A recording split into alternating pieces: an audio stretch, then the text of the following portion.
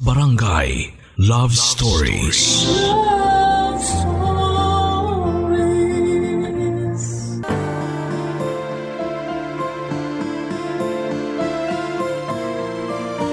Karamihan sa atin akala natin ay planado na natin ang ating hinaharap.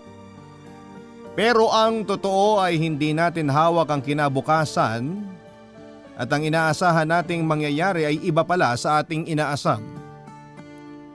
Ikaw kabarangay, nasubukan mo na bang ma-fall sa taong hindi mo inaakalang iibigin mo ng tunay?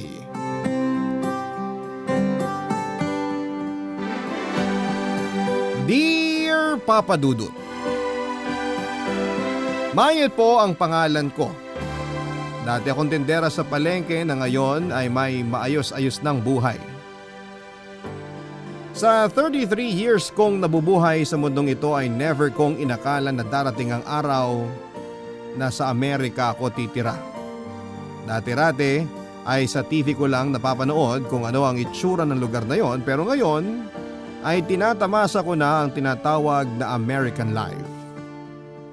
Kung paano po nangyari yon, ito po ang ikukwento ko sa inyo at sa lahat ng mga listeners ng Barangay Love Stories. High school pa lamang ako ay tendera na ako sa palengke. Palagi ko noong sinasamahan ng nanay ko sa pagtitinda bago at pagkatapos kong pumasok sa klase. Hindi kasi gaanong kaganda ang estado namin sa buhay at hindi po kami mayaman, Papa Dudut. Kaya ang allowance ko noon at pambayad sa mga kailangan namin sa school ay dapat na pinagtatrabahuhan ko. 6 kaming magkakapatid at ako ang bunso. May di-describe ko po ang sarili ko bilang madiskarte at palaban. Kailangan kong maging matapang sa buhay dahil yun na lamang po kasi ang maipagmamalaki ko. Mahirap man kami noon ay hindi ko hinahayaang api-apihin lamang kami ng mga taong mas nakakataas sa amin. Marami kasing tao na porket nakikita kang naghihirap, imbes na tulungang makaahon, ay mas lalo ka pang ipagtutulakan sa putik. Katulad na lamang ng kapitbahay naming si Aling Minda, Papa Dudut.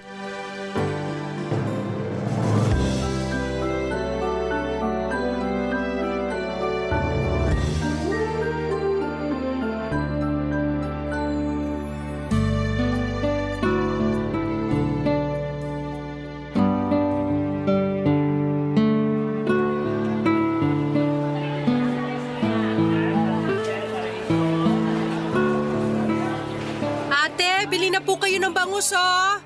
Fresh na fresh, mura lang. Aling Minda, naghahanap pa kayo ng isda. Sa amin na kayo bumili, bagong huli lang to mga to. Sigurado ka bang fresh yan? Baka tinda nyo pa yan kahapon, ha? Hindi po, fresh to mga to. Tingnan nyo, kahit amuyin nyo pa. Ay, ayoko. Masyadong malansa yan. Lahat po ng tinda naming isda, fresh po. Check nyo po yung hasang. Mamula-mula pa. Makinang pa yung mata, oh. Diyan mo malalaman kung fresh yung isda. Eh, magkano ba ang 1 kilo niyan? Para po sa inyo 100 na lang. Presyong kapitbahay. Mahal naman. Grabe ang presyo, ha? Eh, mukha namang sobrang daming tinik niyang bangus ninyo. Lahat naman po ng isda may tinik eh. Kayo talaga. 50. Ay, discounted na po yung 100 eh. Lugi naman po kami kapag 50 ko lang ibibigay to. Sus! Eh, sa kabila nga, wala pang 100 yan, eh. Pare-pareho po kami ng presyo rito. Kahit itanong nyo pa dyan sa nasa likod nyo. May bangus din sila. Mas mahal nga 1 kilo nila eh. Ay, wag na. Bibili na lang ako ng baboy. Eh, galunggong po, ayaw nyo? O ka ba kung kumakain ng galunggong, Mayet? Anong akala mo sa akin? Masarap naman po ang galunggong ah. Kung ayaw nyo, kunin nyo na tong bangus. Sige, 90 na lang. Ay, wag na. Masyadong malansay ang isda ninyo. Ang barat nyo naman po. May pambili nga kayo ng mamahaling kape. Ang sabi mo? Wala po. Sige po, bili na lang kayo ng baboy. Mas healthy. Ganyan ka ba makipag-usap sa mga customer ninyo? Lo, joke lang naman yun, Aling Minda. Masyado kayong seryoso sa buhay. Ganyan! Diyan kayo magaling. Pareho kayo ng ina mong si Elena. Hindi kayo marunong magseryoso sa buhay. Kaya anong napala ninyo? Mahirap pa rin kayo hanggang ngayon. Bakit naman po nadamay nanay ko rito? O kanino ka pa ba magmamana kung hindi sa nanay mo, di ba? Mawalang galang na po, Aling Minda ha. Pero kung wala rin lang naman po kayo magandang sasabihin at hindi rin naman pala kayo bibili ng paninda namin, umalis na lang kayo. Hindi na nga kayo bibili, insultuhin niyo pa pamilya ko. Ano? Nasaktan ka, di ba? Kasi totoo yung mga sinabi ko. Wala ka kasing pinag-aralan, kaya ganyan ka kumakasagot sa mga mas nakakatanda sa'yo. Walang manners. Palibhasa, pabaya ang mga magulang mo. Wala nang patutunguhan ng buhay mo, iha. Forever ka nang magtitinda ng malansang isda. Grabe naman kayo. Kung may buhos ko po kaya sa inyo tong isang balde ng isda para kayo maging malansa. Gusto niyo ng respeto? Nek-nek nyo. Ang respeto, ibinibigay sa mga taong karespe-respeto. Hindi kayo yon. Aba, talagang lumalabang ka pambata ka, ha? Nasaan na bang nanay mo? Sabihin mo, bayaran niya yung inutang niya sa akin. Kayo magsabi.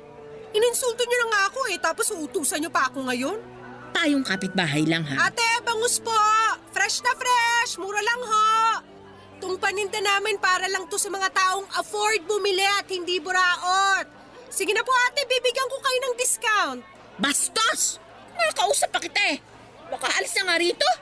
Panira ng araw. Papa Dudu, totoo naman talaga ang ilan sa mga sinabi ni Aling Minda. Ayoko mang aminin pero may katotohanan na mga sinabi niya. Mahirap lamang kami at lubog sa utang at wala rin akong tinapos dahil maaga akong tumigil sa pag-aaral. Pagkatapos ng high school ay mas pinili ko na lamang na magtrabaho. Hindi rin naman kasi ako matalino at lagi akong huli sa klase noon. Kaya naman ipinaubaya ko na lamang sa mga kapatid ko ang opportunity na mag-aral sa kolehiyo. Kaso nga lang sa aming 6, 2 lang ang nakapagtapos ng kolehiyo. Ang isa ay maaga nag-asawa samantalang ang isa naman ay nanatiling tambay dahil hirap makahanap ng trabaho. Grabe ang dinanas naming kahirapan noon, Papa Dudut. Palagi naming kinakain ang pride namin para lamang makapangutang kay Aling Minda na sa barangay namin ay siya lamang ang merong sariling maliit na grocery store. Kahit palagi kaming nagkakasagutan ay wala akong choice, kundi ang humingi ng pabor sa kanya para lamang makakain kami kahit na ang kapalit noon ay puro pangiinsulto. Buong buhay ko araw-araw na pinapaalala sa amin ni Aling Minda kung gaano kami kahirap. Kulang na nga lang ay ipatarpaulin pa niya ang listahan ng utang namin sa kanya. Sa kabila ng lahat ng yon ay never akong nawala ng pag-asa, Papa Dudut. Sa katunayan, mas nagkaroon pa ako ng motivation para mangarap ng mas matayog. Ipinangako ko noon sa sarili ko na hindi ko hahayaang manatili kami sa ganong klase ng estado. Ipinangako ko na balang araw ay yayaman din ako at idadamay ko rito ang buo kong pamilya.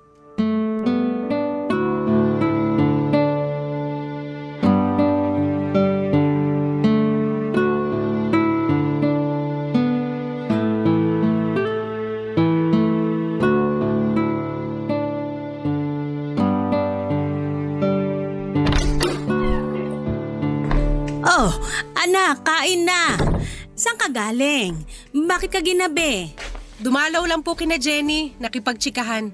Di bale, halika na, kumain ka na. Ipinagtabi kita ng ulam. Sige lang po, katatapos lang namin ni Jenny kumain. Nay, di pa ba kayo sawa dyan? Sawa saan? Dyan, sa ulam nyo. Lagi na lang tayo kumakain ng sardinas. Mamaya tubuan na tayo ng kaliskis niyan.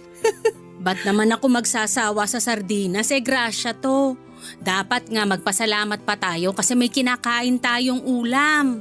Pero hindi ba kayo nag-asam na kumain ng mas masarap na pagkain? Lechon, chicken barbecue, bulaloy, mga ganong klase ng ulam. Siyempre gusto ko rin namang makatikim ng mga binanggit mo. Kaso nga lang, wala naman tayong pambili ng ganyang kamahal na pagkain eh. Kung sawa ka na sa sardinas, pwede naman tayong magluto ng instant noodles bukas. Tapos sa susunod na araw, pwede nang pitasin yung mga talong ni Minda sa bakuran nila. Humingi na lang tayo sa kanya. Total, marami naman yun. Minda na naman, lagi nga tayong pinapahiya ng babaeng yun. Tiisin mo na lang. Siya lang din naman yung pwede nating mahinga ng tulong eh. tumutulong nga pero lagi naman niya tayong inaalipusta. Hayaan mo na lang. Ang mahalaga, may nakakain tayo. Ay, kailan kaya tayo makakaranas ng magandang buhay? Pasensya ka na anak, nakahirapan lang din ang maipapamana namin sa inyong magkakapatid. Wala hindi tayo pinalad Kahit araw-arawin nating magtrabaho, isang kahig, isang tuka pa rin tayo hanggang ngayon. Ang sarap siguro magkaroon ng magandang bahay, no? Yung kahit ref man lang mayroon tayo para kahit papano makainom tayo ng malamig na tubig. Wala naman tayong ibang magagawa kundi manalangin na lang na sana maibigay din sa atin ang buhay na hinahangad natin. Basta promise ko sa inyo, yayaman tayo. Gagawin ko ang lahat para makaahon tayo sa hirap. Paano mo naman gagawin yon? Ako nga, yan din ang sabi ko sa sarili ko nung dalaga pa ako Basta, kahit gaano pa yung kahirap, gagawin ko para lang makaangat tayo. Kahit pumatol pa ako sa AFAM. Huwag ka munang mag-asawa anak. Mahirap magkapamilya kung wala ka namang pera. Siyempre, Nay, hindi ko naman tututuhanin yun. Ayoko rin namang gumamit ng tao para lang yumaman, no? Lalaban tayo ng patas para hindi tayo makarma. Tama yan. Basta patutunayan ko sa Aling Minda na yan na mali yung sinasabi niyang walang patutunguhan ng buhay ko. Balang araw, ipapamukha ko sa kanya ang mararating ko. Kapag ako talaga yumaman, magpapatayo ako ng malaking bahay sa harap nila para araw-araw niyang maaalala kung paano niya tayo maltratuhin. Paano ibibigay sa'yo ng Diyos ang kahilingan mo kung ganyan ang nasa utak mo? Mayet, mangarap ka para sa sarili mo, hindi yung nangangarap ka lang para makabawi sa mga tao. Nakakainis kasi yung kapitbahay nating yun. Lagi na lang ipinapamukha sa atin kung gaano tayo kahirap. Totoo naman kasi Nay naman! Saka na lang tayo magmalaki kapag meron na tayong may pagmamalaki. Sa ngayon, magtiis muna tayo dito sa sardinas. Papadudot biro lang naman ang sinabi ko kay nanay na kakapit ako sa AFAM o foreigner para lamang yumaman. Isa pa ay malabong mangyari yon dahil moreno ang tipo ko sa mga lalaki. Kailanman ay hindi ako nangarap na makapag-asawa ng Amerikano dahil gusto ko pa rin magkaroon ng asawang Pinoy. Yun nga lang, kahit 30 anyos na ako noon, ay wala pa rin akong planong magkapamilya. Alam ko kasi kung gaano kahirap ang bumuo ng pamilya dahil nakita ko na ito sa mga kapatid ko na hanggang noon ay hikahos pa rin dahil maagang nagsipag-asawa tapos anak pa ng anak. Ito ang dahilan kung bakit ako hiniwalayan ng dati kong boyfriend. Gusto na niya noong magpakasal at magkaroon ng anak pero hindi ako pumayag. Hindi pa ako ready noon papadudot dahil hindi ko pa nakakamit ang pangarap kong yumaman. Hindi naman ako mapapakain ng pagmamahalang, kaya ang ending ay naghiwalay kaming dalawa. Papadudot noon ko lang napatunayan na kahit planuhin pa natin ang future natin kung hindi ito para sa atin ay hindi natin ito makukuha. Dumating ang araw na lahat ng mga sinabi ko sa sarili ko ay kinain ko din pala. Isang AFAM ang biglang dumating sa buhay ko. Barangay Love Stories. Barangay Love Stories. 3 years ago ay nagbakasyon sa lugar namin ang kababata at kaibigan kong si Rick Papadudut. Nakatira na siya ngayon sa California at isa ng American citizen kasama ang buo nitong pamilya. Dati kong classmate sa high school si Rick Papadudut at isa siya sa mga naging manliligaw ko. Kaso nga lang ay hindi ko siya nagustuhan dahil hindi tugma ang personality naming dalawa. Sa kabila nito ay naging matalik na magkaibigan pa rin naman kaming dalawa at pagkatapos naming makagraduate ay nag-migrate na sila sa California at doon na nagstay for good. Noong muli silang bumisita sa Pilipinas ay dinala ni Rick ang kaibigan niyang Amerikano na si Johnson. Hindi ko noon inakala na si Johnson na pala ang magpapabago sa buhay ko o papadudot. Una ko siyang nakilala noong maimbita ako sa party nila Rick sa kanilang bahay. Dahil pareho kaming wala pang asawa ay kaming dalawa ni Johnson ang naging tampulan ng tukso.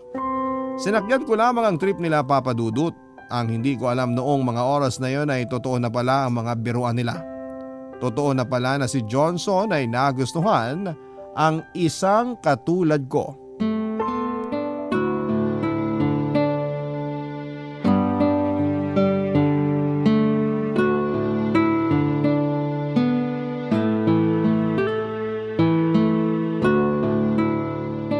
Mayet, uwi ka na? Oo sana eh. Gabi na rin kasi. Hindi naman ako makapagpaalam sa'yo kanina kasi ang dami mong bisita. Huwag ka muna umuwi, ngayon na nga lang tayo uli nagkita eh. Pwede pa naman tayo magkita bukas o sa susunod na araw. Hanggang kailan ba kayo magbabakasyon? Mga 1 buwan siguro. Matagal-tagal din pala. Dito ka muna, kwentuhan tayo. Ano, kumusta ka na? Eto, maganda pa rin. Wala ka pa rin talagang pinagbago ah. Confident ka pa rin. Siyempre, yun ang nga lang ambag ko eh. Pero totoo naman, maganda ka pa rin naman hanggang ngayon. Kung di nga lang ako taken, baka niligawan kita ulit eh. Hoy, magtigil ka nga. May asawa ka na't lahat ganyan pa rin mga galawan mo. Tsaka isa pa, kahit noon at ngayon, hindi pa rin magbabago tingin ko sa'yo. Bakit? Ano ba tingin mo sa akin? Kaibigan lang. Oh, consistent ah. Ano ba kasing hanap mo sa isang lalaki? Bakit hanggang ngayon wala ka pa ring asawa? Hindi naman kasi ako naghahanap pa sa ngayon. Bakit naman? Wala ka bang mahanap? Hindi nga naghahanap eh. Ayoko muna mag-asawa. Tsaka na kapag mayaman na ako. Baka may alam kang trabaho sa California. I-refer mo naman ako dun oh. Nako, kung alam mo lang, mahirap lang din buhay namin dun. Kumpara naman dito. Mahirap kayo dun kasi mayaman yung bansa nyo pero kung nandito ka sa Pinas, mayaman na ang turing sa mga tulad mo. Sige na, kunin mo ako sa California. Sira ulo. Kay Johnson ka magpatulong. Mas mayaman yun kaysa sa akin. Saan mo ba napulot yung kaibigan mong yun? Dormmate ko siya nung college. Mabait yun. Siya na lang kaya gawin mong boyfriend. Pinagsasasabi nito. Batukan kita dyan eh. Ayoko nga muna mag-love life na yan. Trabaho ibigay mo sa akin, hindi jowa. Kapag si Johnson ang inasawa mo, di mo na kailangan magtrabaho. Ipili talaga. Ano bang trabaho ni Johnson? Editor yan, kaya matalino at creative. May sarili siyang company. Maliit lang pero marami naman parokyano. Alam mo yung mga nag-i-edit ng video at pictures sa mga kasal? Ganon, yun yung business niya. Pwede ba mag-apply sa kanya? Mag-apply ka na lang bilang girlfriend. Sure ako tatanggapin ka niya. Isa pa talaga ha. Joke lang, ito naman. Namiss lang kitang asarin. Pero ito may sasabihin ako sa yung sekreto. Ano? Type ka ni Johnson. Di nga. Oo nga. Tingnan mo mamaya magme-message sa'yo yan sa Facebook. Ano ba yan? Bakit? Di mo ba siya type? Ayoko sa foreigner. Gusto ko purong Pinoy pa rin. Siyempre, makabayan tayo. Try mo lang. Mabait na tao yan si Johnson. Only child yan kaya pinalaki na maayos ng mga magulang niya. Ewan ko sa'yo, Rick. Sige na, uuwi na ako. Bukas na lang tayo magkita. May lakad kami bukas, ipapasyal namin si Johnson. Sama ka? Sige, basta libre mo. Oh sure, walang problema. Ako bahala. Mas matanda ng 7 years si Johnson kesa sa akin, Papa Dudut. Matangkad siya, medyo malaki ang katawan at halatang may kaya dahil hindi sanay sa hirap ng buhay sa Pilipinas.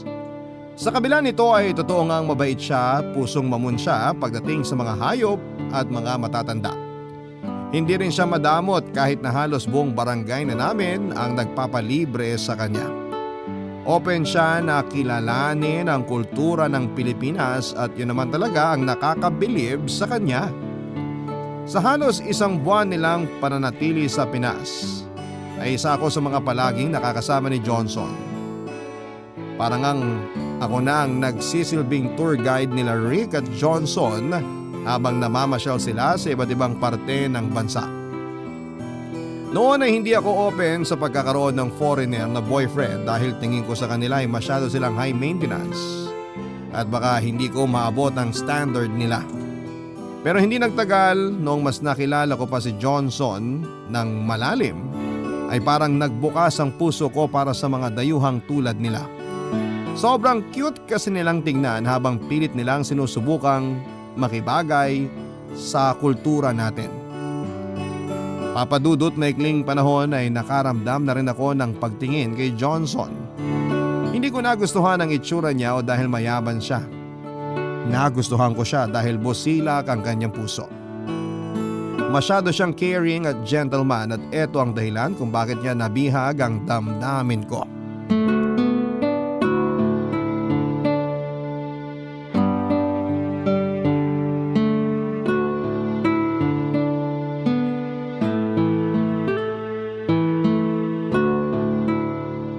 Nay, may tanong ako sa'yo. Ano yon? Gusto mo bang tumira sa Amerika? Amerika? Bakit mo naman naitanong yan? Wala lang. Naisip ko lang na kapag ba nabigyan tayo ng opportunity na lumipat sa ibang bansa tulad ni Rick, igagrab mo ba yun? Sa tingin ko, hindi. Bakit naman hindi? Mas gusto ko rito sa Pilipinas eh. Dito ako pinanganak. Dito rin ako dapat mamatay. Yun lang? Kahit mahirap ang buhay dito, mas gusto mo pa rin magstay dito sa atin? Oo naman. Marami na akong alaala rito eh. Dito na ako nakabuo ng pamilya, ng kaibigan at kung ano-ano pa. Sus! Takot lang kayo mag-English eh, kaya ayaw nyo. Isa pa yon. Pero sayang din yung opportunity kapag hindi kayo pumayag na tumira sa ibang bansa eh. Ang tanong, may opportunity ba? Paano kung meron? Meron? Ano nangyari yon? Nag-apply ka ba ng trabaho sa Amerika? Ay naku anak, congrats! Hindi po. Paano naman ako makakakuha ng trabaho sa Amerika eh wala nga akong tinapos? Ano yung opportunity na sinasabi mo? Si Johnson kasi, yung kaibigan ni Rick, naniligaw sa akin.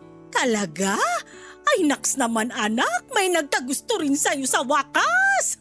Nay naman eh. O tapos ano, sasagutin mo ba siya? Sa tingin niyo po, Ay bakit ako ang tinatanong mo? Dapat ikaw ang nakakaalam niyan. kung ako lang din naman ang tatanungin, parang gusto ko na siyang sagutin. Oh, ganun naman pala eh. Teka nga lang. Sasagutin mo ba siya dahil gusto mong makapunta sa Amerika? O sasagutin mo siya kasi mahal mo siya? Magkaibang bagay yon, anak. Yun na nga po ang problema eh. Medyo naguguluhan pa yung feelings ko. Alam mo kung ano ang dapat na gawin mo? Ano po? Huwag mong madaliin yung puso mo. Kung hindi ka pa sure, huwag ka munang magdesisyon. Kung ang rason mo lang para makaalis ka sa bansang to, wag. Maniwala ka sa akin, hindi ka magiging masaya kapag ganun ang nangyari. May gusto na rin naman ako kay Johnson eh. Pero yun nga, hindi ka pa sigurado sa nararamdaman mo. Ano pong gagawin ko ngayon? Kung sa tingin mo gusto mo talaga si Johnson, di kilalanin mo siya ng mas mabuti. Kapag nagawa mo yon, saka ka magdesisyon para wala kang pagsisisihan sa huli. Sige po, Nay. Susundin ko po yung mga sinabi niyo. Pagkabalik nila Johnson sa Amerika ay nagpatuloy pa rin ang communication naming dalawa sa pamamagitan ng social media. Tumagal ang pagkakaibigan namin hanggang sa tuluyan na nga pong nahulog ang loob ko sa kanya, Papa Dudut. Alam kong totoo na ang nararamdaman ko noon dahil marinig ko pa lamang ang pangalan ni Johnson ay napapangiti na ako. Para bang siyang nagbigay kulay sa buhay ko. Siya ang araw-araw na nagbibigay ng inspirasyon sa akin. Kaya naman makalipas ang mahabang panahon ay sinagot ko rin ang panliligaw niya. Simula noong maging kami ni Johnson ay pinakita niya ang pagmamahal niya sa akin sa pamamagitan ng pagbibigay ng mga regalo. Halos buwan-buwan kung magpadala siya noon. Mapabulaklak man yan, mga damit, alahas. Hindi nito nakakaligtaang pasayahin ako sa araw-araw sa pamamagitan ng pagbibigay ng mga material na bagay. After a year, simula nung sagutin ko siya ay muling nagbakasyon si Johnson sa Pilipinas para i-celebrate namin ang anniversary naming dalawa. Nagulat na lamang ako noong bigla siyang nag-propose sa akin. Tinanggap ko ang alok niyang pagpapakasal, Papa Dudut. Akala ko noon ay sasaya na ang buhay ko sa bagong love life na natanggap ko. Yun pala ay doon na magsisimula ang bagong problema matapos akong pagchismisan ng mga tao na di umano ay kumapit daw ako sa AFAM para lamang makaahon sa hirap. Barangay Love Stories. Barangay Love Stories. Papadudot mula sa social media hanggang sa personal ay nakakatanggap ako noon ng panlalait. Isang Facebook page kasi ang nagpost ng wedding pictures namin noon ni Johnson nang walang paalam. Doon na po ako nakatanggap ng iba't ibang klase ng panlalait mula sa mga taong hindi ko naman kilala.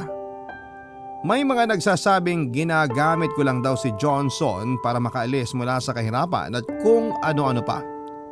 Marami rin ang pinagtatawanan ng itsura ni Johnson dahil imposible raw na magkagusto ako sa tulad niya na bukod sa malaki na nga ang katawan ay hindi rin kagwapuhan. Pera lang daw ang habol ko sa kanya. Siyempre ay nasaktan ako sa mga pambabash sa amin. Mabuti na lang at hindi ito sineryoso ni Johnson kaya kahit papaano ay nakakuha ako sa kanya ng lakas ng loob para huwag na ring pansinin ang mga hindi magagandang comments sa amin. Ganun pa man ay hindi ko na natiis noon ang pangmamaliit sa amin ng ibang tao lalo na ang mga kakilala ko pa man din. Nangunguna na doon ang kapitbahay naming si Aling Minda. Hindi na ako nakapagtimpi noong pati ang nanay ko ay dinamay na niya sa paninira niya sa amin.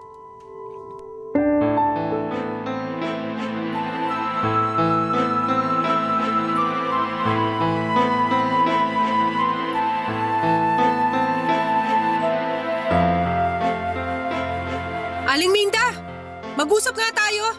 O ano, magbabayad ka na ba ng utang ninyo? Sumusobra na po kayo ah. Anong pinagsasabi mong sumusobra? Ano tong pinagkakalat yung bugaw ang nanay ko? At sino naman ang nagsabi na akong nagkalat niyan? May pruweba ka ba? Hindi na kailangan ng pruweba kasi kayo lang naman ang number 1 na hater ng pamilya namin. Ano ba nagawa namin sa'yo ha? Bakit ganito ka nalang manira sa pamilya ko? Inggit ka ba sa amin? Bakit naman ako maiinggit sa'yo? Ang kapal na mukha mo Yun nga rin ang pinagtataka ko eh. Bakit inggit na inggit kayo sa amin gayong kayo naman tong mas mayaman, mas malaki ang bahay, mas maganda ang buhay?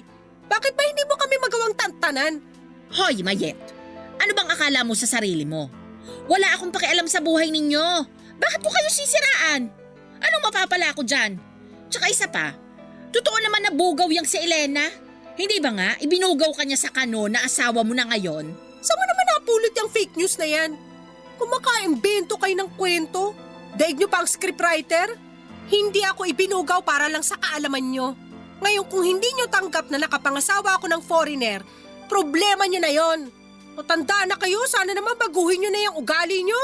Yabang mong magsalita Ano, mataas ng lipad mo? Porket nakabingwit ka ng kano? Palibhasa, hindi ka makahanap-hanap ng lalaking magmamahal sa'yo, kaya nagtiyaga ka na sa lalaking yon. Kung sa bagay, mga tipo mo naman ang hanap talaga nila. Yung mga exotic, mga mukhang unggoy. Grabe! Ako yung walang pinag-aralan sa ating dalawa. Pero kung umasta kayo, parang kayo yung hindi nag-aral. Yung mga lumalabas dyan sa bunganga nyo, parang hindi pinag-iisipan ng matinong tao. Alam mo, umalis ka na nga lang sa harap ko. Hindi ako pumapatol sa hindi ko ka-level ha. Tsupe! Tandaan mo tong araw na to, Aliminda. Darating din yung time na kayo ang hihingi ng tulong sa amin at kapag dumating yung araw na yon, ipamumuka ko sa inyo lahat ng pinaggagawa nyo sa amin. Mangarap ka na lang ng gising. Hindi mangyayari ang pinagsasabi mo. Tulong? Kahit magunaw pa ang mundo, hinding-hindi ako hihingi ng tulong sa inyo. Pwe! Pasalamat kayo at may natitira pa akong respeto sa inyo. Pero kapag dinamay mo pa ulit ang nanay ko sa trip mo, hindi na lang salita ang matatanggap niyo mula sa akin. Daming kuda! Umalis ka na nga lang. Saka ka na magyabang sa akin kapag bayad na kayo ng utang ninyo. Mga walang utang na loob. Babayaran namin lahat ng naitulong niyo sa amin, huwag po kayo mag-alala. Aba dapat lang. Huthutan mo yung asawa mo para makabayad kayo sa utang ninyo. Mga peste kayo. Che! Mas peste ka! Uy, anak! Bakit ka nakikipag-away dito? Yan kasing magaling nating kapitbahay kung ano-anong pinagsasasabi. Hoy Elena, pagsabihan mo yung anak mo ha. Walang modo. At ako pa Maya, tama na. Halika na, umuwi na lang muna tayo sa bahay. Nakakainis! Sarap pa na bunot ng tao!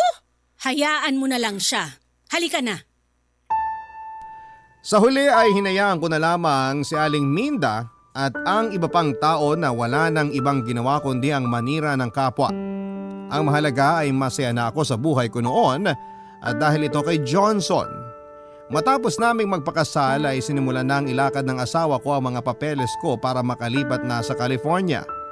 Plano na kasi niya na kunin ako doon para doon na manirahan at bumuo ng pamilya.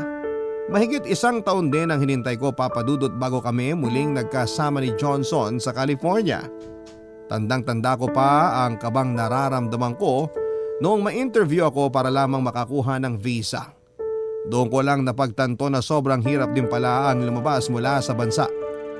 Sa kabila ng lahat ng sakripisyo namin ay tuluyan na akong nakaalis ng Pilipinas at tumira sa ibang bansa kasama si Johnson. Sobrang excitement ko noon na magkaroon ng bagong buhay. Yun nga lang, akala ko noon ay tatanggapin ako ng buong buo sa bansang nilipatan ko. Pero doon ako nagkamali, Papa Dudut. Hindi hospitable ang mga kapwa ko Pinoy sa California. Sa katunayan, sila pa ang nangunguna noon sa pangmamata sa akin. Siguro'y nasa dugo na talaga ng mga Pinoy ang maghilahan paibaba. Nakakalungkot lang. Dahil kung sino pa ang kababayan natin na dapat ay kakampi natin, ay sila pa ang tatayong kontrabida sa buhay na gusto nating maasam.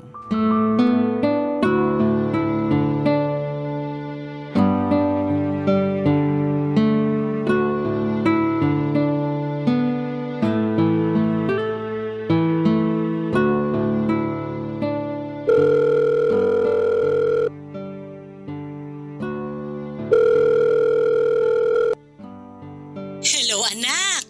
Hello, Nay! Pasensya na, ngayon lang ako nakatawag sa inyo. Naging busy kami ni Johnson sa pag-aayos ng gamit sa bahay eh. Okay lang. Ano, kamusta kayo dyan? Eto, sobrang lamig dito sa Amerika. Grabe, para kami nakatira sa loob ng freezer. Kung dyan sa Pinas, aircon ang kailangan, dito naman heater ang ginagamit. Nakakita ka na ba ng snow? Oo, Nay! Ang ganda kaya ng buhay dito. Kaya dapat maghanda-handa ka na, Nay, ha? Kasi ikaw naman ang susunod na kukunin ni Johnson. Ay nako, kahit wag na. Di ba sabi ko naman sa'yo na kahit mahirap ang buhay dito sa Pilipinas, mas pipiliin ko pa rin tumira rito. Gusto ko lang naman maranasan nyo rin ang nararanasan ko ngayon. Masaya ako rito. Basta ang mahalaga, mabuti ang kalagayan mo dyan. Maayos naman po ako rito. May ilang tao lang na hindi gaano maganda ang pakikitungo sa akin pero sanay na ako dun. Anong hindi maganda ang trato? Alam mo na, yung ibang mga Pilipino na nakakaangat, hindi pa masyadong maganda ang tingin sa akin. Feeling kasi nila mas mataas sila kaysa sa akin. Hayaan mo na lang sila. Ang importante, masaya kayong mag-asawa sa bagong buhay nyo. Siyempre naman, Nay. Lagi kong tinatandaan yung favorite line nyo na hayaan na lang sila. Kapag bad trip ako, yan ang lagi kong sinasabi sa sarili ko. Mabuti naman. Mas mabuti na yung umiiwas ka sa gulo lalo na't hindi mo pagamay ang kalakaran dyan. Ang hirap nga po mag-adjust eh. Ibang-iba ang buhay dito kumpara dyan sa Pinas. Kailangan dapat mabilis ang mga galaw. Bawal ang papetiks-petiks lang. Kamusta naman ang mga biyenan mo dyan? Maayos ba naman ang pakikitungo nila sa'yo? Oo naman po. Sobrang bait ng pamilya ni Johnson. Tinanggap nila ako bilang parte ng pamilya nila. Pero alam nyo, Nay, kahit ilang buwan pa lang ako rito, nakakamiss din pala dyan, no? Bakit? Ano bang namimiss mo rito? Noon nga atat na atat kang makapunta sa California eh. Nakakamiss yung kape sa umaga at mainit na pandesal. Miss ko rin yung mga marites na tambay sa kalsada tuwing hapon. Siyempre, miss na miss ko na rin kayo. Nakaka-homesick din pala pag malayo sa pamilya. Masasanay ka rin dyan. Opo, sinasanay ko na ang sarili ko. Naghahanap na nga ako ng trabaho kaso ayaw ni Johnson eh. Gusto ko sana na kahit nasa malayo ako makatulong ako sa inyo. Anak, wag mo na kaming alalahanin dito. May sarili ka ng pamilya. Yan muna ang priority mo. Bilang may bahay, trabaho mong alagaan ang pamilya mo. Ganon din ako. Trabaho kong alagaan ang pamilya ko rito sa Pilipinas. Kaya wag mo na kaming masyadong isipin. Mag-enjoy ka lang dyan. Basta, kapag nakapag-adjust po ako rito, papadala ako ng pera sa inyo. Tapos magpapadala rin ako ng balikbayan box na puno ng chocolate. Basta wag ka lang makakalimot magdasal, ha?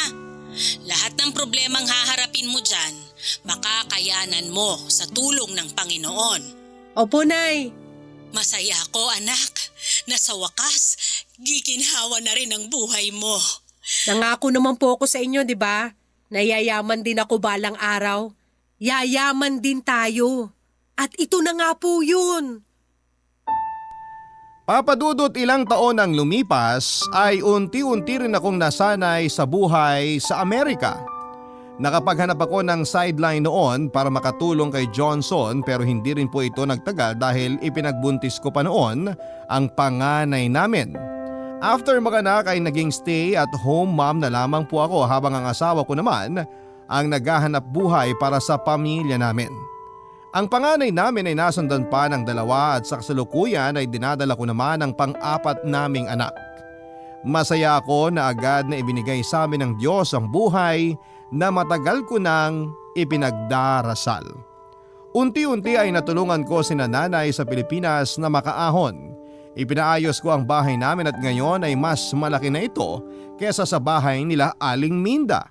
Nakapagbigay din ako ng puhunan sa mga kapatid ko para makapagsimula ulit sila sa buhay. Ang balita ko ay patuloy pa rin sa dati niyang gawi si Aling Minda pero wala na kaming pakialam sa kanya.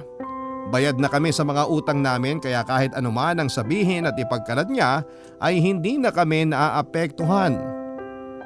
Papadudot this year ay nakatakda ng lumipad si nanay papunta ng California. Matagal-tagal din bago namin siya napapayag na sumakay ng eroplano. Mabuti na lang at sa huli ay nagbago din ang isip nito dahil sa kagustuhan niyang makita ang mga apo niya. Papadudot, masarap ang mangarap pero mas masarap kapag tinatamasa mo na ang mga pangarap na ito. Sa tulong ng pamilya, determinasyon at tiwala sa Panginoon, ang mga pangarap ko sa buhay ay nakamit ko rin sa wakas. Ito po ang kwento ko, Papa Dudut. Sana po ay nagustuhan ng inyong mga tagapakinig. Maraming salamat po. Ang inyong forever kapuso at kabarangay, Mayat. Nagustuhan ng iyong napakinggan? Ituloy yan via live stream sa www.gmanetwork.com/radio. Barangay LS 97.1 Forever!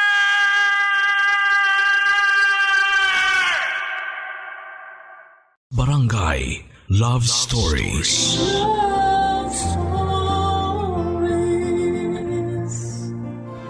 Kapag nagmahal tayo ng sobra, minsan ay nakakalimutan na natin ang ating sarili.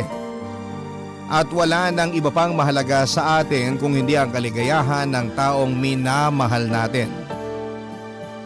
Ikaw, kapuso, minsan ka na bang nagmahal ng isang tao na naging dahilan para makalimutan mong pahalagahan ang sarili mo?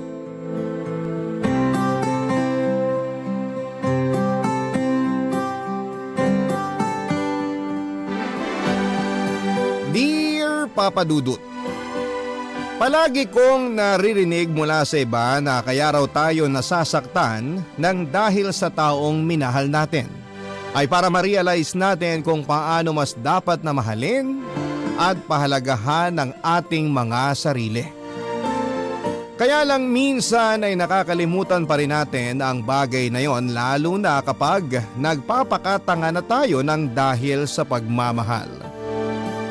Hello sa inyo, Papa Dudut, at sa lahat ng mga kagaya ko na minsang nagmahal, nagpakatanga at nasaktan ng dahil sa isang tao.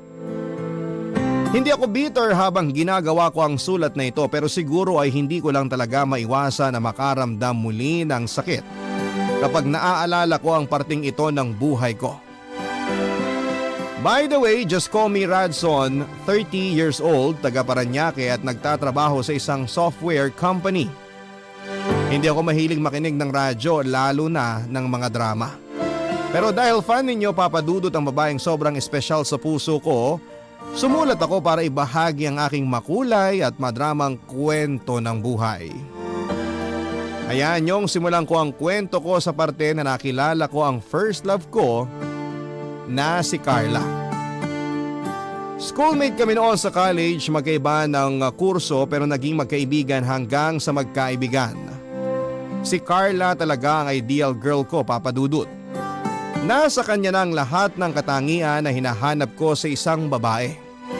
Kumbaga siya na talaga ang babaeng gusto kong pakasalan noon at maging nanay ng mga anak ko.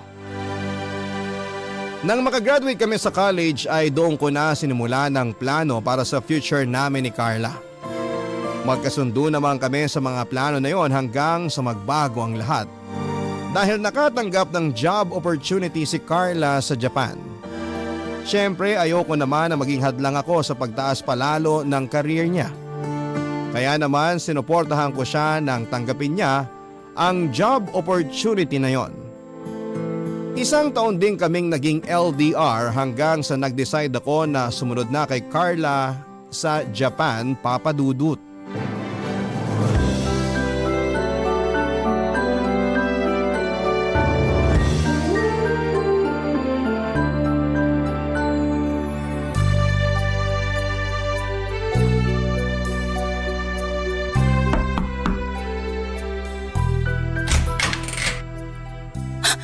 Radson? Hi, Han. Anong ginagawa mo dito sa Japan? Dinadalaw ka. Pero ba't hindi ka man lang nagpasabi na pupunta ka ngayon? Kasi gusto kitang sorpresahin. Paano mo naman nalaman tong address ng inuupahan kong bahay? Okay lang ba kung papasukin mo muna ako? Ang lamig kasi dito sa labas. Ay, oo naman. Halika, pasok ka. Ayun. Salamat. Upo ka lang dyan, gagawa kita ng mainit na tsaa. Nakuha ko pala sa pinsan mo si Claire tong address na tinutuluyan mo. Pero nakiusap ako na huwag niyang banggitin sa'yo na bala kitang puntahan dito. Kasi nga gusto ko tayong surprise. Hanggang ngayon talaga, hindi ka pa rin nagbabago. Ang hilig mo pa rin sa mga sorpresa. Namiss din naman kitang sorpresahin, Han. At namiss din kita ng sobrahan. Eto ng tsaa mo. Salamat. Mabuti na lang naka-off ako ngayon sa trabaho. Kung hindi, baka kung saan ka na maghintay hanggang sa makauwi ako. Sinadya ko talaga na ngayon ang dating ko dito sa Japan para maabutan kitang nandito sa place mo. Kabisado mo talaga ang schedule ko, ha? Sakto kasi kakatapos ko lang din maglaba. Mamaya pwede kitang ipasyal dyan sa malapit na tourist spot kung gusto mo. Siyempre naman gusto ko. Kasama na kita eh. Yan talaga ang na-miss ko sa'yo yung mga pambobola mo sa akin. Ay, bakit pala parang ang dami mong dalang gamit? Ilang araw ka bang magbabakasyon dito? Ang totohan, bala ko na rin sanang dumito muna at dito na magtrabaho. Ano? Dito sa Japan? Oo, para palagi na tayo magkasama. Ano namang magiging trabaho mo dito? Manager sa isang convenience store dito ang kaklase ko nung high school. Ang sabi niya, pwede niya akong tulungan na makapasok sa kanila. Hindi ko pa alam kung ano magiging trabaho ko. Pero mukhang okay naman yung kaibigan ko doon.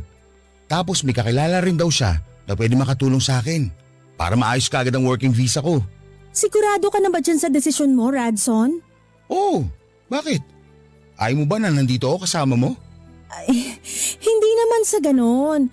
Pero di ba kakapromote mo lang sa trabaho mo sa Pilipinas? Sayang naman yung posisyon na iiwanan mo dun sa kumpanya nyo. Nag-resign na ako doon, Carla. Bakit mo naman ginawa yun, Radson? Ang tagal mo na sa kumpanya na yun at ilang taon mo ring pinagpaguran yung posisyon mo doon. Tapos bigla mo lang bibitawan ng lahat para lang pumunta dito sa Japan? Hindi lang naman basta pagpunta dito sa Japan ang dahilan ko. Ikaw, tayong dalawa at ang relasyon natin. Okay naman kasi tayo kahit magkalayo, di ba? Bakit kailangan na pahirapan mo pa ang sarili mo para sa relasyon natin? Ay, alam mo, bahala ka na nga sa desisyon mo na yan. Mukhang hindi na rin naman magbabago yung isip mo. Magpahinga ka na lang muna dyan at maliligo lang ako. Papadudot, akala ko ay matutuwa si Carla sa pagsorpresa na ginawa ko sa kanya nang pumunta ako sa Japan. Pero parang mas nang ibabaw pa ang inis na nararamdaman niya noon, lalo na nang malaman niyang nag-resign na ako sa trabaho ko. 5 taon na kasi ako sa kumpanya na yon at kaka-promote lang sa akin noon. Hindi naman naging madali para sa akin ang desisyon na yon, lalo na at hindi madaling ma-promote sa pinagtatrabahuhan ko. Pero lahat ay kaya kong bitawan para kay Carla at sa relasyon namin. Ang nasa isip ko noon ay palaging si Carla ang pipiliin ko. Kinumbinsi pa ako ni Carla na pag-isipan ang naging desisyon ko, papadudot. Pero syempre bago pa ako pumunta ng Japan ay buo na talaga ang loob at desisyon ko. May sapat na akong ipon para sa sarili ko at nakaplano na rin ang lahat para sa pagstay ko sa Japan. Pumayag din naman ang parents ko sa gusto kong gawin dahil sila yung tipo na hindi nakikialam sa mga desisyon ko. Si Carla lang talaga ang medyo kontra sa gusto kong mangyari noon. Kalaunan, naging okay na rin sa kanya ang pagstay ko sa Japan, lalo na nang magkaroon kaagad ako ng trabaho. At para pareho kaming makatipid ni Carla ay doon na lang din ako sa place niya tumira at naghati na lamang kami sa mga gastusin. May panghihinayang din naman akong naramdaman sa magandang trabaho na iniwanan ko sa Pilipinas noon, papadudot. Pero ang iniisip ko na lamang ay yung maging masaya ako kasi magkasama na ulit kami ni Carla. At yun talaga ang nararamdaman ko noong una. Kaya nga lang, papadudot, pagkalipas ng ilang buwan ng pagsasama namin sa Japan ay unti-unti ay nakita ko kung gaano siya ka-workaholic. Maaga kasi siyang umaalis ng bahay tapos ay palagi pang naka-overtime sa kanyang trabaho. Mas malala pa pala yung ganong setup sa aming dalawa. Kasi sobrang bihira na kaming magkita o magkausap kahit magkasama kami ni Carla sa isang bahay, papadudot.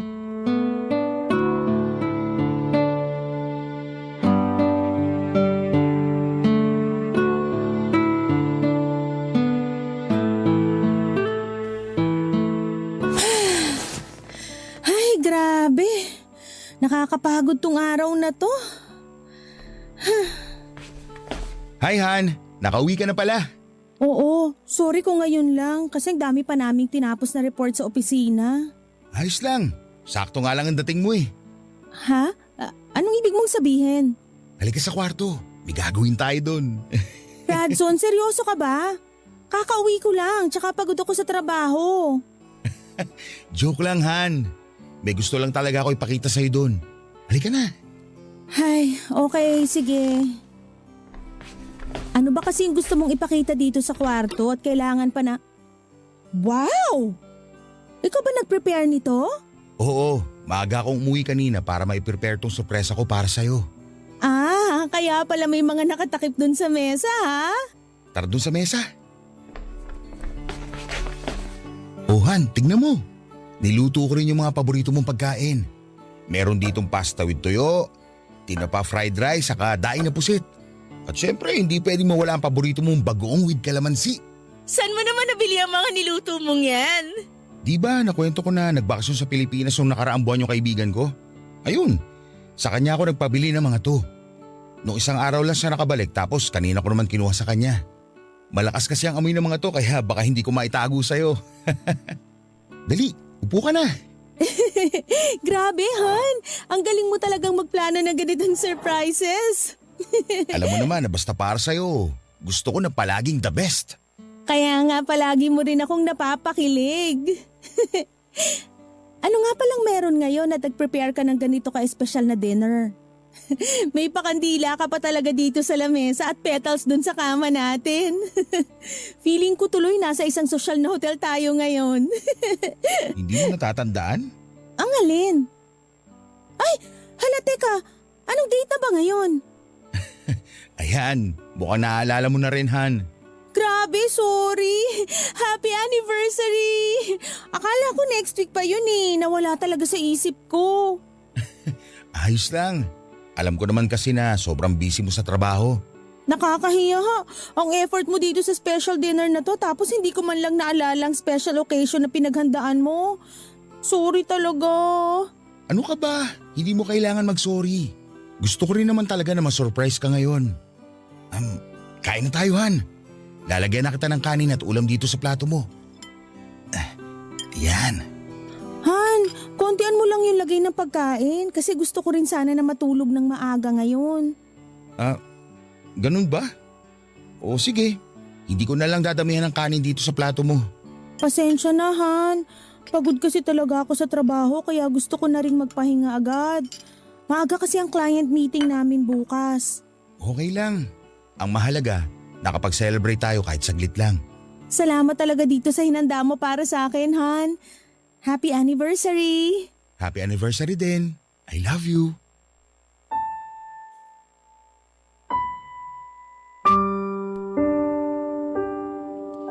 Papa Dudut, akala ko ay makakapag-adjust kagad ako sa pagiging workaholic ni Carla. Sinabi niya kasi noon na dapat ay masanay na ako kasi ganun daw talaga sa Japan. Walang oras o minuto na sinasayang. Kaya naman pinilit ko na lamang ang sarili ko na makontento sa kung anumang kakarampot na oras ang ibinibigay niya sa akin. Kaya nga lang Papa Dudut, mas lumala pa ang pagiging workaholic niya nang ma-promote siya sa mas mataas na posisyon sa trabaho niya. Sobrang bihira na talaga kaming magkita sa place na tinutuluyan namin. Hindi niya na rin ako nagagawa pang i-text o i-chat. At dahil mataas ang posisyon niya sa trabaho at ako naman ay nag-uumpisa pa lamang ay hindi ko maiwasan na manliit sa relasyon naming dalawa. Hindi rin naman kasi ako sanay na si Carla ang nagdadala ng relasyon namin. Hindi naman sa ma-pride ako pero naisip ko noon na siguro kung nasa Pilipinas lamang ako, mas magagawa ko ang mga bagay na gusto ko para may angatang sarili ko, Papa Dudut. Ang mga kwento ng pag-ibig, kwento ng buhay at kwento ng pag-asa. Nasa Spotify na, Barangay Love Stories. Pakinggan kahit kailan, kahit saan. Barangay Love Stories sa Spotify. Kinig na, kabarangay! Papa Dudut, hindi rin naging madali ang trabaho ko sa Japan lalo na at Pinoy pa ako. Kahit saan namang sigang lahi sa trabaho ay ramdam ko na pinag-iinitan nila ako at binabagsak nila sa akin ang mabibigat na mga gawain. At nang minsan na magkasama kami ni Carla ay naikwento ko yon sa kanya. Sinabi niya lang noon na baka akala ko lang na yon ang ginagawa sa akin pero hindi naman talaga. Huwag ko raw kasing masyadong itaas ang pride ko lalo na at wala ako sa sarili naming bansa.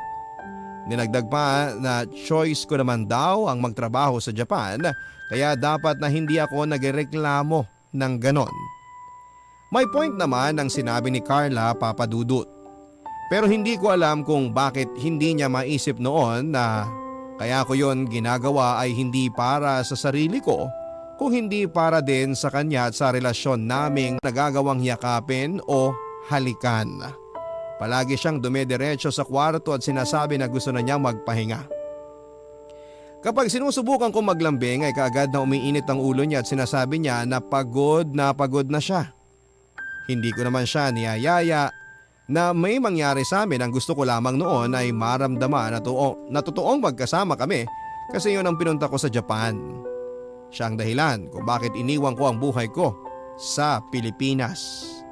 Pero sa nangyayari ng panahon na yon, ang pagpunta ko pa yata sa Japan ang dahilan para tuluyang lumabo ang lahat ng meron sa amin ni Carla, Papa Dudut.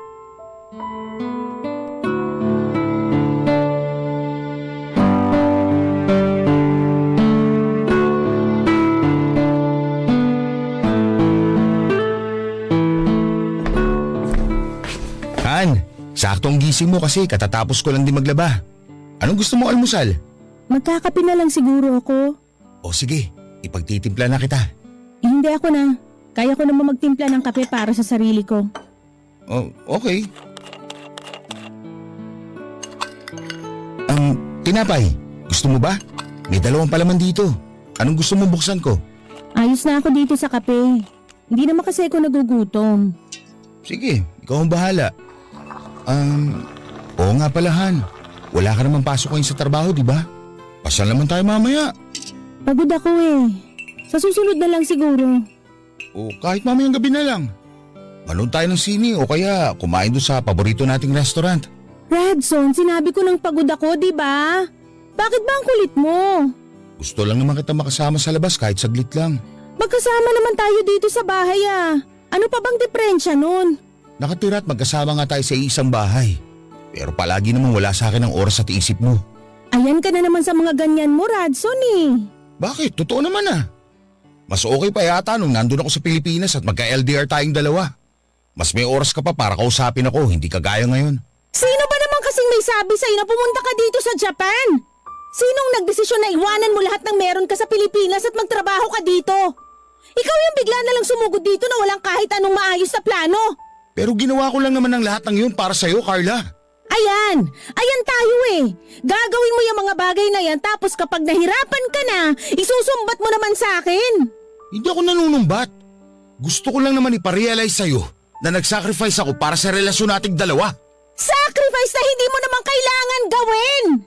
Radson, hindi mo ba talaga naiintindihan? May kanya-kanya tayong buhay at mga priority na kailangang unahin. Hindi pwede ang gusto mo na palagi na lang tayong dalawa. Puro na lang relasyon natin. Puro na lang ikaw.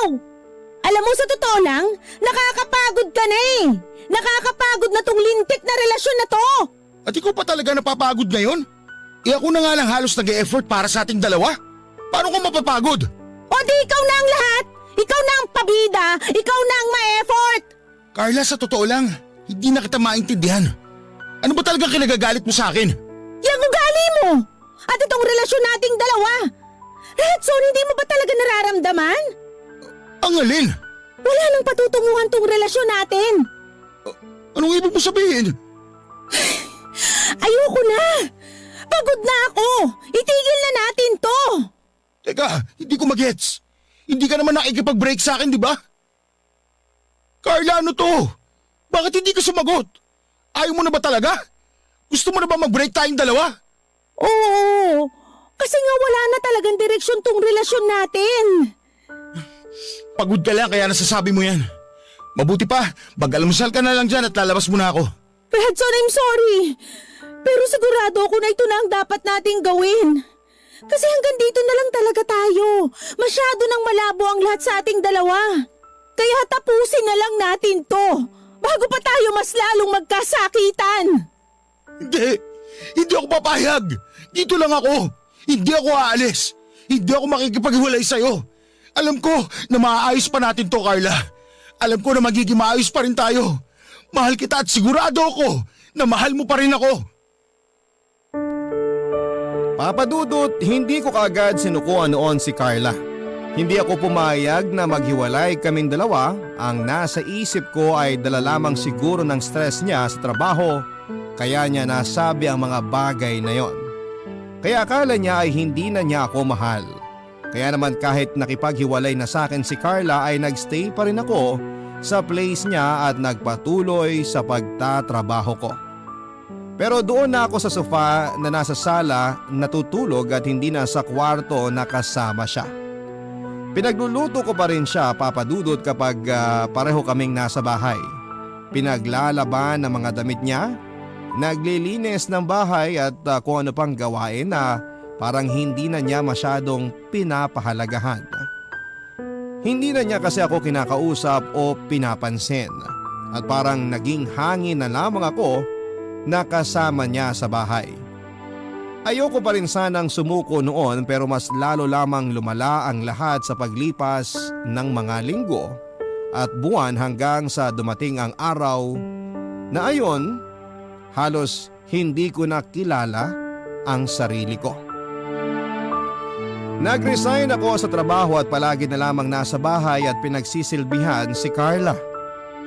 Para na ako naging alipin niya na ibinubuhos ang lahat ng oras, energy at savings ko para sa kanya. Ibinibigay ko sa kanya ang mga bagay na hindi naman niya kailangan mula sa akin. Hanggang sa ayun na nga dumating na rin po ang oras na ako na rin po ang sumuko. Kasi sobrang hirap pala talagang mahalin ng taong hindi ka naman mahal. Tuluyan ko nang tinanggap ang pakikipaghiwalay ni Carla sa akin at bumalik na ako ng Pilipinas, Papa Dudut. Aaminin ko sa inyo na ang hirap magsimula sa umpisa. Lalo na ako ang lahat ng mga plano ay umiikot na kasama si Carla. Pero wala naman ako ibang pagpipilian kung hindi ang umusad kesa makulong na lamang sa malungkot na nakaraan ko. Kaya kahit hirap ako na bumalik sa dating ako ay nagsimula ako sa pag-aayos sa sarili kong buhay at pagbabalik sa trabaho, Papa Dudut, ang ginawa ko.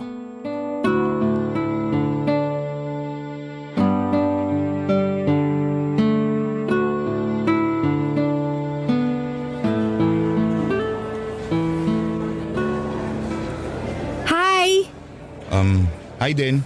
Pwedeng mag-share ng table? Oo naman. Ayos lang kasi wala naman ako ibang kasamang kumain dito sa kantin. Salamat!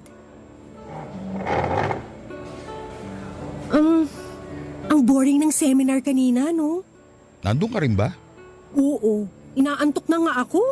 Buti na lang at nag-lunch break na. Kasi kung hindi, tuturo na yung laway ko habang nagpapanggap na nakikinig sa nagsasalita sa stage. Hindi rin kasi okay magsalita yung mga nagdi-discuss sa seminar.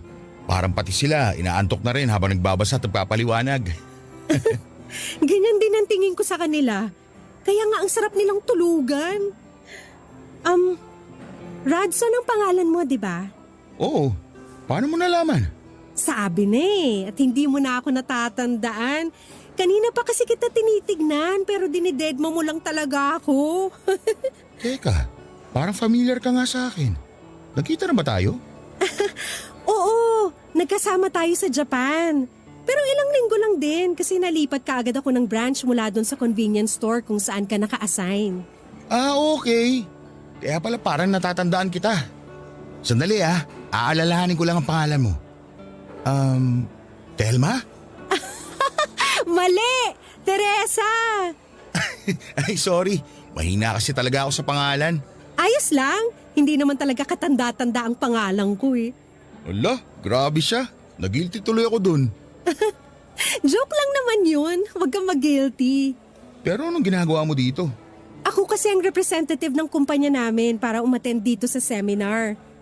Ah, I see. Pareho pala tayo. Kasi ako rin ang pinadala ng kumpanya namin para sa seminar na to. Pero ang galing Natanda. Baka hindi kita makakalimutan kasi ang kulit mo kaya nung magkasama tayo sa Japan. Palagi kang may baon na green jokes. Ano ba yan? Nakakahiya naman. Yung pa talaga natandaan mo sa akin. Yung ibang kasama kasi natin, puro ganun ang topic kapag nagbibiruan. Kaya sinasakyan ko na lang. Ako rin naman. Sumasakay na lang. Kesa maging KJ ako sa harap nila. Pero in fairness, yung joke mo ang palaging pinaka nakakatawa sa lahat. Kaya nga natandaan ka agad kita noon kasi tawa ako ng tawa ng dahil sa'yo. Inimbento ko lang din naman ngayon at hindi ko ina-expect na bebenta ng ganun. Oo nga pala, kung hindi ako nagkakamali, nakwento mo dati na taga Paranaque ka lang din. Tama ba? Oo, tama. Gusto mo sabay na tayo umuwi mamaya? Kung ayos lang sa'yo. May dala kasi ako sa sakyan para hindi ka na rin mag-commute. Oo naman, ayos lang sa akin. Sakto nga kasi sobrang hirap ng naging biyahe ko kanina papunta rito. At sigurado na mas mahirap ang biyahe ko mamaya. Thank you in advance, Radson. Wala yun, Teresa.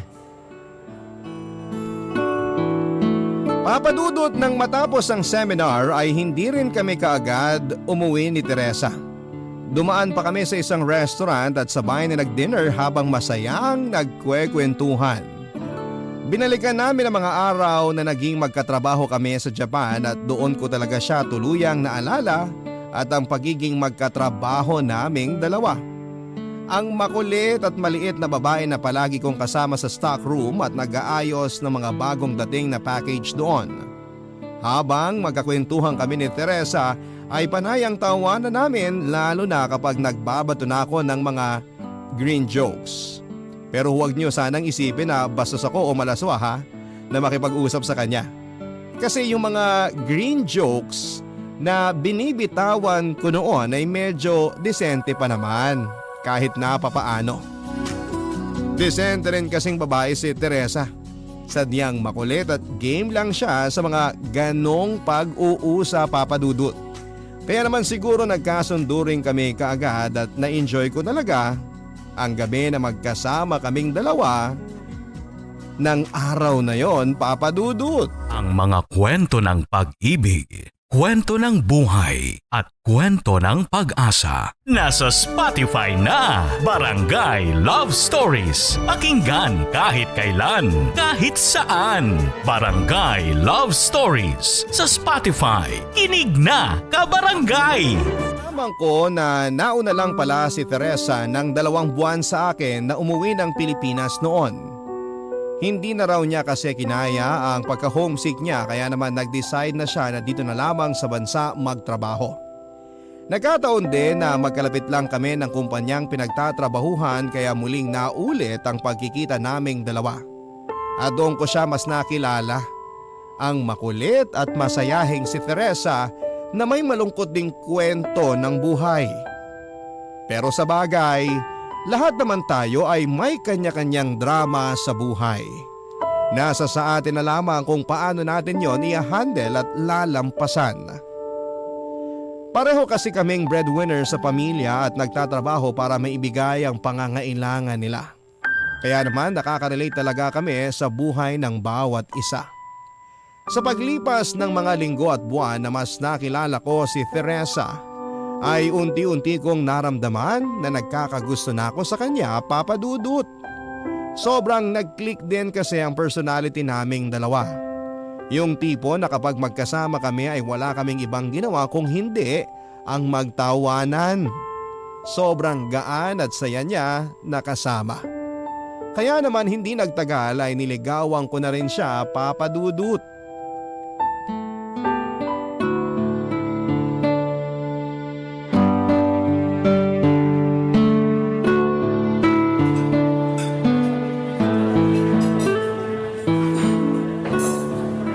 Radson, sorry kung ngayon lang ako nakarating.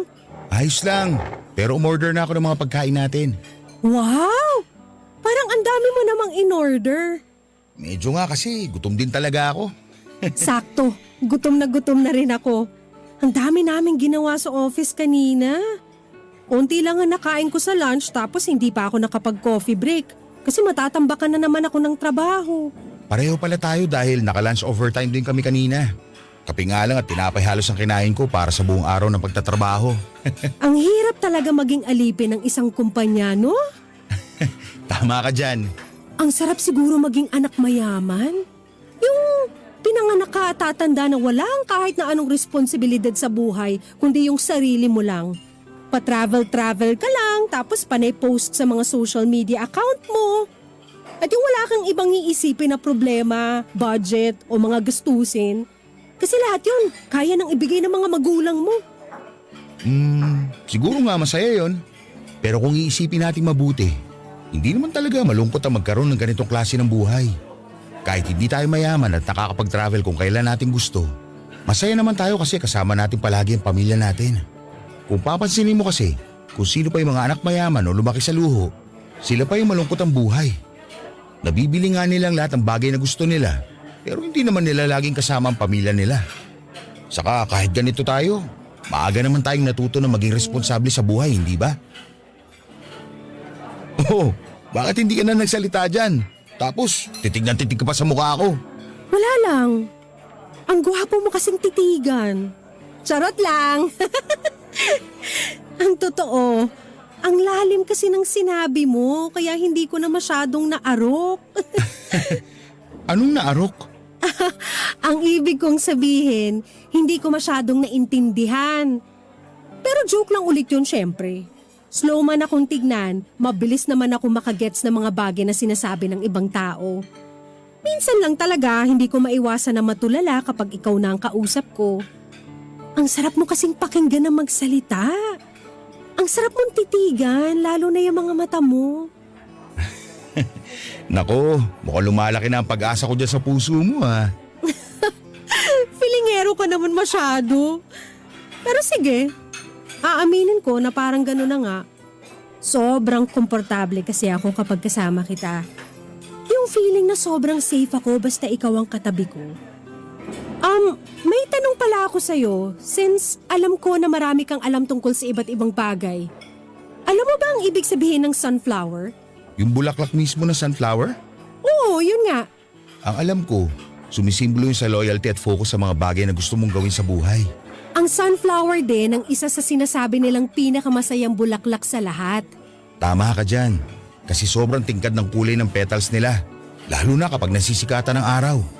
Ba't mo pala natanong? May ibibigay kasi ako sa'yo eh. Ito.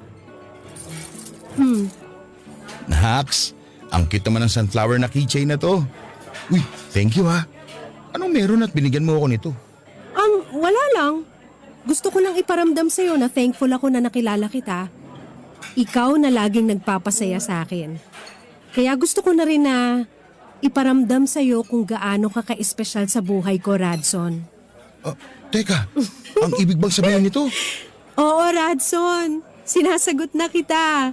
Girlfriend mo na ako mula sa araw na to. Yes!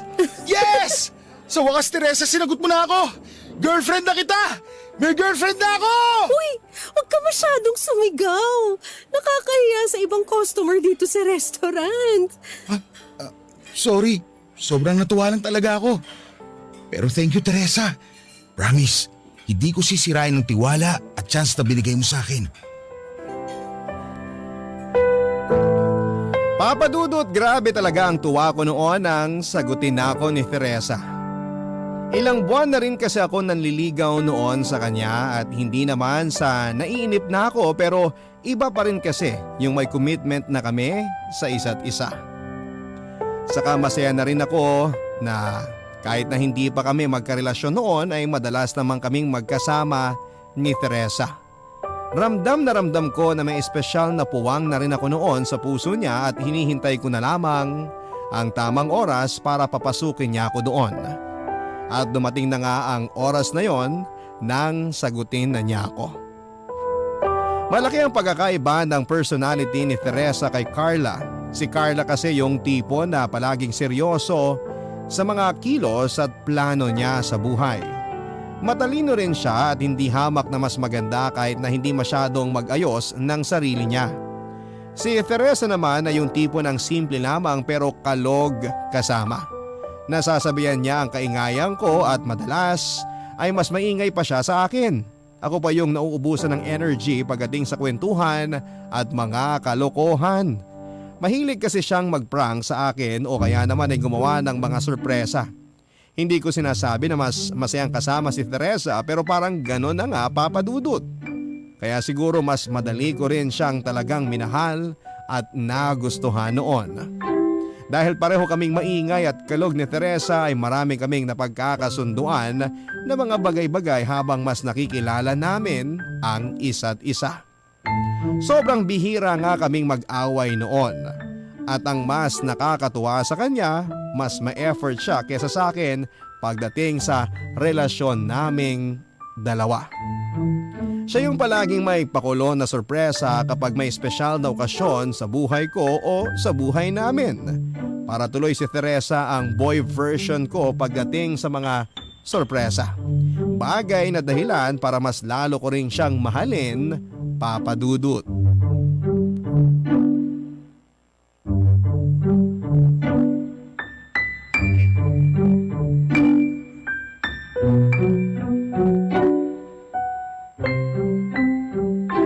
Babe, huwag kang sisilip ha. Opo. Saka paano naman ako makakasilip eh? Ang higpit ang pagkakapiring mo sa akin. Ganun talaga para hindi mo ako madaya. O papasok na tayo sa kwarto ha, kaya dahan-dahan ka lang sa paglalakad mo. Alam mo babe, medyo kinakabahan ako sa pasorpresa mo na to ha. Baka mamaya may ahas na naghihintay sa akin dyan. Kasi alam mo naman na ayoko ng ganun. Wala akong prank ngayon babe, promise. Sabi mo yan ha. Pwede ko na bang tanggalin ang blindfold ko? Wait lang, dapat dito ka sa may gitna ng kwarto para kita mo lahat. Oh, lakad ka pang konti. Ayan, siguro pwede na to. O tatanggalin ko ng blindfold mo babe. Ready ka na? Oo, kanina pa. Eto na. Oh, happy first anniversary, babe! Wow! Nagustuhan mo ba? Oo! Ang ganda ng pagkakasetup mo dito sa kwarto ko. Ang ganda ng balloons. Oh, ang ganda rin ng banner dito sa pader. Saka itong mga litrato natin sa ibabaw ng kama ko. Ang ganda ng pagkakaayos. Teka, ano itong mga ibang picture ko dito na mukha kong ewan? Mga stolen shot ko yan sa'yo sa cellphone ko nung magkatrabaho pa tayo sa Japan. Ha? Bakit mo ako kinukunan ng litrato nun? Wala lang, bakit? Masama ba? Hindi naman, pero bakit nga? Sige na nga, aaminin ko na. Crush na kasi kita nung magkatrabaho pa lang tayo sa Japan. Pero syempre hindi ko kaagad pinahalata kasi alam ko na may girlfriend ka nun. Kaya ba natandaan mo kaagad ako nung magkita tayo sa seminar? Oo, nagdalawang isip pa nga ako na lapitan ka kasi parang may kakaiba sa'yo nung araw na yun. Parang malungkot ka. Hanggang sa ayun nga, nilapitan na kita tapos naging close na tayong dalawa. Tapos nalaman ko na broken-hearted ka pala. Kaya nga, kahit matagal na kitang gusto, nagpakipot muna ako ng ilang buwan nung niligawan mo ko. Kasi ayoko rin naman maging panakip-butas mo lang. Pero wala eh. Ang lakas ng tama ako sa'yo kaya sinagot na rin kita kahit ramdam ko na hindi ka pa talaga nakaka-move on noon sa ex mo.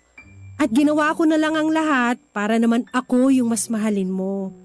Nag-effort ako na pangitiin at patawanin ka palagi. Nag-effort ako para mas mahalin mo pa ako. Oh, bakit ka umiiyak, Radson? May nasabi ba ako na hindi mo nagustuhan? O masyado ba ako naging madrama? Hindi naman. Hindi lang ako makapaniwala na pwede pala mangyari to. Ang alin? Na may isang kagaya mo na darating sa buhay ko. Alam mo kasi, mula nung makilala ko si Carla, pinaikot ko na sa kanya ang mundo ko. Nasanay ako na ako nagpapasaya sa kanya, tag-e-effort para sa relasyon namin. Nasanay ako nakasama siya sa lahat ng plano ko sa buhay. Hanggang sa, ayun nga, bigla na lang ako nawala sa mga plano niya. Hindi rin pala akong pipiliin niya sa huli. Tapos, bigla kang dumating sa buhay ko. Akala ko nung una, ako'y magpapasaya sa'yo. Pero kabaliktaran na nangyari. Kasi ikaw talaga ang naging sunflower ng buhay ko. Teresa, thank you ha. Thank you kasi nakilala kita. At minahal mo ako ng higit pa sa pagmamahal ko sa'yo. Ano ka ba? Pantay lang naman ang pagmamahal natin para sa isa't isa. Nagkataon lang talaga na mas magaling akong gumawa ng prank sa'yo. Pero thank you talaga. Mahal na mahal kita. At palagi kong ipagpapasalamat sa Diyos na dumating ka sa buhay ko. Mahal na mahal din kita, Radson. At asahan mo na hindi na ako mawawala sa tabi mo kahit kailan. Papadudod, si Teresa na nga siguro ang naging sagot sa lahat ng pighati na pinagdaanan ko sa relasyon namin ni Carla. May dahilan pala yung pagiging opposite ng personality nilang dalawa. Kasi kung ako yung sobrang nag-effort sa relasyon namin noon ni Carla, si Teresa naman ang mas nag-effort pagdating sa aming dalawa. Natuwa lang din ako sa part na nalaman ko na matagal na pala talagang may gusto sa akin si Teresa, pero hindi niya lamang masyadong pinahalata. Kumbaga hindi niya ginusto na makasira ng relasyon namin noon ni Carla. Nagawa niyang maghintay at hindi niya sinamantala na bigo ako noon nang muli kaming magkita. Hinintay niya na tuluyang mabaling ang pagtingin at nararamdaman ko para sa kanya. Kasi kung tutuusin ay pwede niya akong sagutin kaagad noong ligawan ko siya. O kaya ay pwede siyang mag-first move nang malaman niya na single na ako noon. Pero hindi yon ang ginawa niya. Naghintay lamang siya sa akin at tinulungan niya ako na mas ma-appreciate ang sarili ko. Tinulungan niya ako mag-move on at kalimutan ang lahat ng kirot na nararamdaman ko mula kay Carla. Mula ng gabi na yon ay mas naging strong pa ang relasyon namin ni Teresa, Papadudut. Mas naging open na rin kami sa isa't isa lalo na pagdating sa nararamdaman namin. Hindi ko lang siya naging girlfriend kung hindi parang kapatid at best friend ko na rin. Kasi halos lahat na nga ng problema ko ay nasasabi ko na sa kanya. Sinasalo niya ang bigat na nararamdaman ko at pinapalitan niya yon ng masasayang bagay at alaala. Kapag alam niya na bad trip ako sa trabaho, palagi niya akong pinapatawa at dinadala sa mga lugar na alam niyang makapagpapagaan ng loob ko. Si Teresa yung naging sandalan ko, mapamagaan o mabigat man na parte ng buhay ko. Narealize ko rin, Papa Dudut, na siguro ay may mga kanya-kanya lang talaga tayong timeline sa buhay. Kung kailan tayo makakaranas ng sobrang sakit pagdating sa relasyon at iba't ibang bagay. At kung kailan tayo magiging totoong masaya kasama ang taong mas magmamahal sa atin. Oo, nasaktan ako ng sobra sa naging relasyon namin ni Carla noon. Pero palagi ko pa rin tinitreasure ang alaala naming dalawa. Kasi yon ang masaya at masakit na mga alaala na nagdala sa akin at naging dahilan para makilala ko naman si Teresa. Si Teresa ang nagparamdam sa akin na hindi lahat ng tao ay habang buhay na magiging malungkot. Na sa tuwing sasapit ang madilim na kalungkutan ay may masayang liwanag pa rin na naghihintay sa kinabukasan. At may oras talaga na darating sa buhay ko na kahit gaano ako nasaktan noon sa dati kong minamahal, may oras pa rin para sa sarili ko. May oras pa rin na ako naman ang magiging masaya kasama ang taong totoong nagmamahal sa akin. Salamat po, Papa Dudut, sa pagbibigay ng oras na mabasa itong sulat ko at gusto ko rin pong magpasalamat sa babaeng 3 taong ko nang minamahal. Salamat, Teresa, sa makulay na mga taon ng pagsasama natin at pagmamahalan. Ang inyong forever kapuso at kabarangay, Radson. Barangay Love Stories.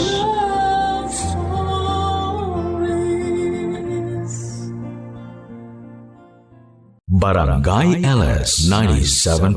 97.1. Number 1. Forever.